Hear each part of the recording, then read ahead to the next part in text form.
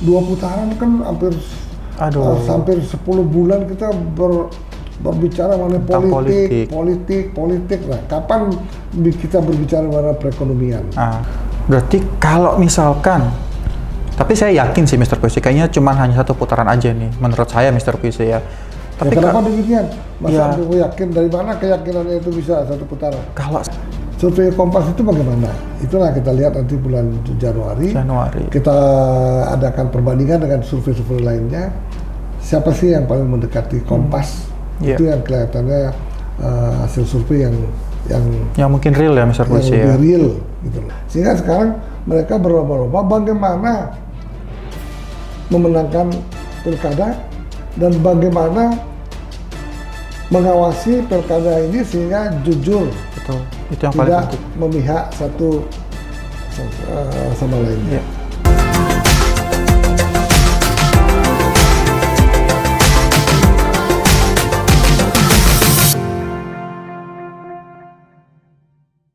Halo Sobat Mr. Puisi, kembali lagi bersama saya Rudy, channel kesayangan kita. Apalagi kalau bukan Mr. Puisi. Dan pada hari ini kita selalu ditemani oleh Mr. Puisi sendiri tentunya. Tepuk tangan untuk Mr. Puisi. Gimana kabarnya Mr. Puisi pada hari ini? Kabar baik. Kita selalu baik dan kita berusaha terus membahas masalah politik sampai Februari. Siap Mr. Puisi. Jadi mudah-mudahan tidak sampai Juli-Juni. Kalau Juli kan berarti kan 2 putaran. Betul. Nah, kalau kita harapkan sebagai masyarakat pusing juga. Betul. Terus-terusan bicara mengenai politik. Kapan bicara mengenai perjuangan bangsa Indonesia yang lagi susah melarat. Kapan berbicara mengenai perjuangan masyarakat itu sekarang mungkin akan terjadi krisis pangan. Kapan berbicara bahwa akan terjadi krisis air. Betul. Itu yang kalau 2 putaran kan hampir 10 bulan kita berbicara mengenai politik. Nah, kapan kita berbicara mengenai perekonomian? Kapan berbicara tentang perkembangannya Mr. Puisi ya? Kapan belum lagi nanti perang Palestina dengan Israel terus menerus, Ukraina dengan Rusia juga belum berhenti. Nah, ini menyebabkan bahwa pariwisata dunia itu sangat lesu. Kita lihat juga contohnya di Bali. Bulan Oktober November itu hampir sangat sepi sekali di Bali. Semua pengusaha hotel juga mengeluh. Nah, kiranya bagaimana biar pariwisata tetap berkembang, investasi masyarakat dunia juga berkembang di Indonesia. Tentunya perlu keadaan politik di Indonesia yang stabil. Betul. Iya, nah Mr. Puisi, udah disenggol sama Mr. Puisi nih. Kita mau bahas tentang mungkinkah Pilpres tahun 2024 ini satu putaran Mr. Puisi. Nah, kalau ini saya kemarin sempat dengar kan dari koalisinya Pak Prabowo, Pak Anies, Pak Ganjar itu kan mengatakan pasti ini cuman hanya satu putaran aja gitu Mr. Puisi. Menurut Mr. Puisi sendiri gimana?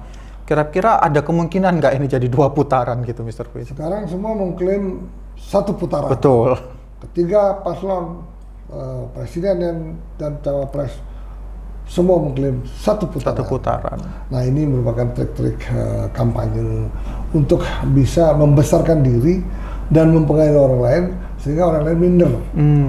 Tetapi kenyataannya tim survei perusahaan survei yang ada di Indonesia itu sudah memberikan informasi hasil survei kalau nggak salah sampai awal November. Nah, ini saat ini memang yang paling dominan elektabilitasnya itu adalah Pak Prabowo dengan Mas Gibran. Sehingga ada narasi dari grup Pak Prabowo itu ingin melaksanakan pemilu satu putaran. Nah, sehingga perlu kita tunggulah misalnya bagaimana hasil survei pada waktu bulan Januari akhir. Nah, pada saat Januari akhir itulah, kalau itu salah satu paslon mampu mencapai 50% ke atas, saat itulah kita bisa katakan bahwa akan terjadi satu putaran. Waduh. Gitu. Berarti kalau misalkan, tapi saya yakin sih Mr. Puisi, kayaknya cuma hanya satu putaran aja nih, menurut saya Mr. Puisi ya. Tapi ya, kenapa demikian? Masa ya, Anda yakin, dari mana keyakinannya itu bisa satu putaran? Kalau saya meyakini Prabowo sama Gibran ini benar-benar mewakili suara rakyat Mr. Puisi. Makanya kalau saya lihat tuh sekarang elektabilitasnya Prabowo sama Gibran sendiri ini lumayan tinggi sekarang Mr. Puisi dibanding pesaingnya. Ya memang kita lihat banyak juga orang yang mengatakan bahwa survei itu belum tentu benar. Ya. Tetapi kenyataannya kita lihat nanti yang paling memungkinkan, kita lihat nanti survei Kompas. Nah, survei Kompas itu bagaimana? Itulah kita lihat nanti bulan Januari. Kita adakan perbandingan dengan survei-survei lainnya.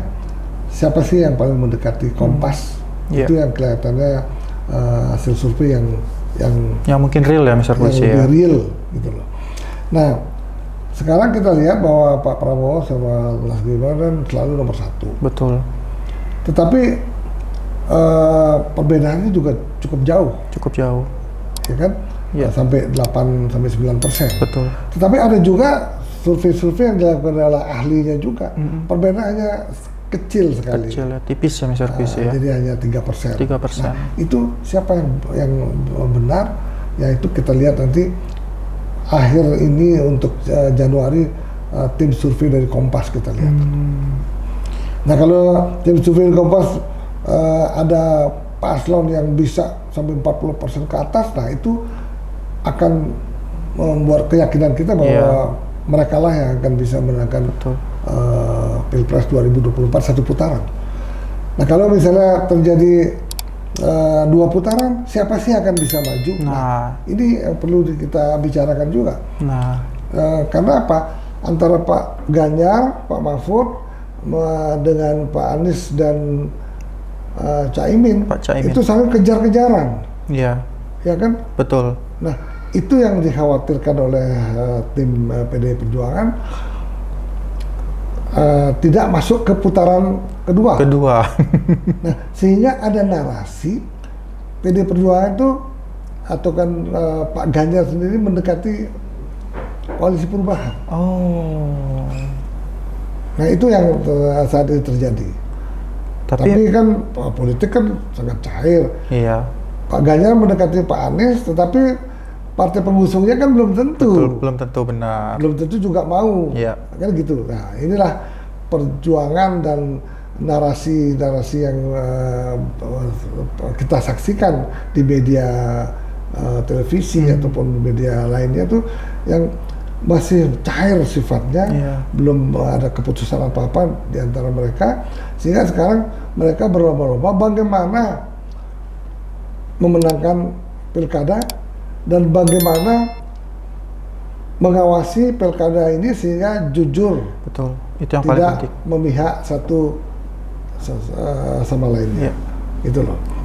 Berarti kalau sampai terjadi 2 putaran nih Mr. Puisi, Pak Prabowo dan Mas Gibran udah pasti masuk berarti ya?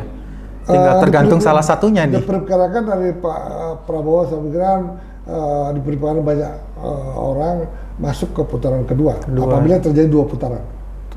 Nah sekarang kira-kira siapa nih yang masuk adalah Pak Anies atau Pak Ganjar? Pak Ganjar. Nah inilah menjadi teka-teki yang harus dijawab, sehingga ya kita lihatlah nanti akhir Januari. Ya betul. Bagaimana hasil survei masing-masing calon presiden itu sendiri, sehingga kita mendapat gambaran yang lebih pasti akan terjadi 1 putaran atau 2 putaran. Iya betul, Mr. Puisi. Tapi kalau memang saya lihat ini dari kubu Pak Anies sendiri sebenarnya adem-adem ayam aja Mr. Puisi ya, tapi tiba-tiba bisa naik gitu dia. Nah justru dengan kritik-kritik yang pedas. Iya betul. Dari tokoh-tokoh PDI ke Pak Jokowi yang dalam ini merupakan Presiden RI yang kepercayaan masyarakatnya sangat tinggi, menyebabkan memilih Pak Jokowi di 2019 itu lari ke Pak Prabowo. Sedangkan pemilih Pak Prabowo yang cukup kritis dan fanatik pada 2019 karena tidak setuju dengan Gibran cawapresnya.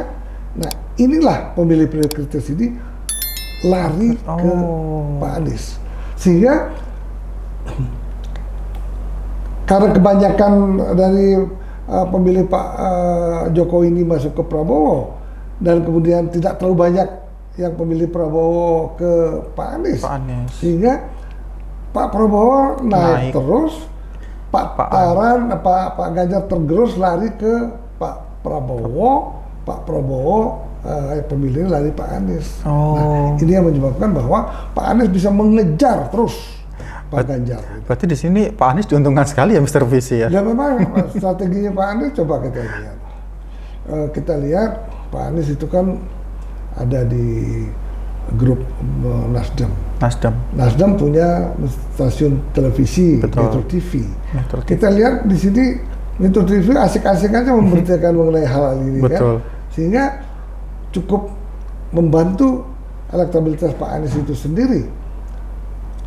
Nah, seolah-olah memang Metro TV itu membantu Pak Jokowi gitu loh. Betul. Karena Nasdem itu kan memang dalam kabinet masih utuh di bawah Pak Jokowi. Seolah-olah membantu Pak Jokowi, tetapi itu narasi-narasi ini justru menyebabkan Pak Anies naik. Gitu loh. Nah, tadi sempat disinggung tentang Mas Gibran nih sama Mr. Puisi. Nah, tadi kan apakah naiknya Pak Prabowo ini itu karena adanya Mas Gibran masuk menjadi calon wakil presidennya Pak Prabowo? Sudah bisa dipastikan karena Mas Gibran adalah putra terbaik Pak Jokowi. Di mana kemana pilihan Pak Jokowi, artinya masyarakat akan mengikutinya. Masyarakat yang fanatik dengan kinerja Pak Jokowi saat ini yang cukup tinggi, kepercayaan masyarakat dengan Pak Jokowi, pasti akan mengatakan bahwa Pak Jokowi pasti akan memilih ataupun mendukung Pak Prabowo dan putranya sendiri. Nah, sehingga itu yang menyebabkan bahwa yang fanatik terhadap Pak Jokowi beralih ke Pak Prabowo. Artinya dengan tidak transparan juga beralih ke Gibran kan gitu. Iya, betul. Tapi kalau misalkan nih Mr. Puisi, kita menghilangkan background Pak Jokowi nih dari Mas Gibran sendiri ya, Mr. Puisi. Kira-kira apa kelebihan yang dimiliki Mas Gibran ini untuk bisa kelebihan dan kekurangan lah Mr. Puisi yang kira-kira ini sangat mempengaruhi untuk Pak Prabowo sendiri, melepas dari background Pak Jokowi dari Mas Gibran. Jadi kalau kita lihat kelebihannya ya, bahwa Gibran selama 2-3 tahun memimpin Solo ya, sebagai wali kota Solo, yang tadinya pertumbuhan ekonomi minus 1,74 jadi positif 6,35 kalau nggak salah. Waduh. Nah kan luar biasa. Ini pertumbuhan kota yang paling besar di Indonesia. Inilah yang banyak membantu Gibran itu sehingga bisa mengurangi kelemahan-kelemahan yang dia miliki. Kita lihat luar biasa sekali pertumbuhan perekonomiannya dengan revitalisasi yang banyak dilakukan oleh Gibran, apalagi sekarang sudah berdiri masjid yang sangat megah di Solo. Kemudian ada juga sekarang pengolahan sampah, limbah sampah dengan 500 ton sampah tiap hari dikelola. Itu luar biasa dan banyak sekali yang kita nggak bisa sebut satu persatu. Apa yang telah diperbuat oleh Gibran itulah sebetulnya yang mampu mengeliminasi kekurangan-kekurangan yang terjadi saat Gibran itu dijadikan cawapres Pak Prabowo. Yang kedua, mereka punya kelebihan bahwa dia anak muda. Nah, inilah terobosan baru. Iya, betul. Kiranya walaupun dia secara masuk ke atas sebagai cawapres ini banyak sekali yang mengkritik dan banyak sekali kekurangan-kurangan. Nah, ini mudah-mudahan ini merupakan terobosan baru sehingga anak-anak muda tuh kalau memang berprestasi ya betul. Dipaksa sedikit nggak apa-apa lah kita coba, daripada kita nanti misalnya orang-orang yang udah walaupun berpengalaman politiknya luar biasa tetapi ekonominya tidak bisa mampu mengikuti anak-anak milenial saat ini. Ya rasanya sulit sekali untuk menjadi Indonesia ini 2045 menjadi negara yang maju. Betul. Gitu. Jadi istilahnya kayak mengikuti zaman ya Mr. Puisi ya. Tapi kalau tadi dibahas-bahas menutupi kekurangan Mas Gibran, kekurangannya memang apa Mas Gibran? Loh, Mr. kekurangannya udah pasti. Banyak juga narasi mengatakan bahwa Gibran tidak berani berdialog misalnya. Nah, inilah kemungkinan Mas Gibran ini sekarang lagi di charger nih. Di charger nih bagaimana dia bisa berdialog, berdiskusi dalam forum-forum nasional, forum-forum pilpres yang saat ini sedang dia akan lalui. Nah, tetapi kalau dia dulu ke luar negeri, dia berbicara dengan bahasa Inggris cukup fasih, cukup bagus. Ya, betul. Ya, tetapi karena mereka menggunakan teks. Tetapi sekarang ini kan untuk berdialog ataupun mungkin berdebat, dalam hal ini debat-debat politik yang akan dilalui nanti sebelum Pilpres 14 Februari. Nah, inilah Mas Gibran dia harus mampu menunjukkan kemampuannya. Dia bukan sekedar bisa memajukan kota Solo, tetapi dia bisa memajukan Indonesia, mampu menguasai juga hal-hal politik di negeri ini. Gitu. Waduh, betul sekali Mr. Puisi. Jadi mungkin masalah jam terbang mungkin ya Mr. Puisi ya saat ini ya, karena mungkin kalau bisa jam terbang itu kan butuh waktu. Betul. Tapi kalau nggak dipaksakan, orang-orang muda ini kapan dia maju? Nggak terbang-terbang ya, Mr. Nggak terbang-terbang. Akhirnya di darat terus, tidak pernah di udara dia. Betul. Tapi kalau ini misalkan nanti bisa Mas Gibran dan Pak Prabowo yang masuk, otomatis Mas Gibran jadi wakil presiden termuda ya, Mr. Puisi ya? Oh iya, dia akan Indonesia menjadi wakil presiden termuda dan kemungkinan juga Gibran ini kalau menjadi wapres nanti dia akan 5 tahun kemudian dia akan sangat dewasa, matang. Baik bidang politik matang, ekonomi, bidang perekonomian juga matang. Nah, nantinya kemungkinan kalau dia menjadi presiden mungkin ya, wakil presiden, nanti akan diberikan tugas-tugas banyak ke daerah-daerah. Betul.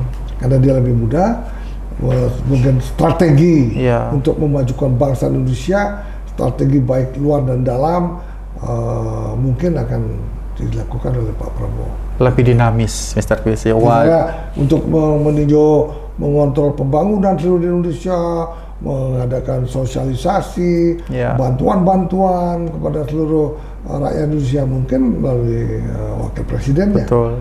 Karena sehingga wakil presiden nanti tidak jadi ban serap gitu. Betul-betul diberdayakan karena dia lebih muda. Betul. Gitu loh. Waduh, pada hari ini pembicaraan kita seru banget nih teman-teman.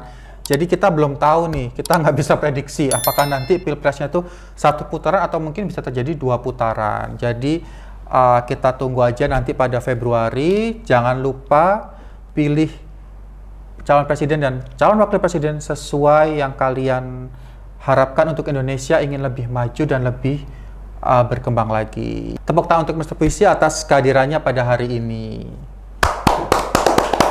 Ya teman-teman, jangan lupa selalu ikutin selalu konten kita di channel Mr. Puisi. Jangan lupa like, comment, share, dan subscribe. Dan jangan lupa sekali lagi follow IG Mr. Puisi di bawah ini. Oke, bye-bye.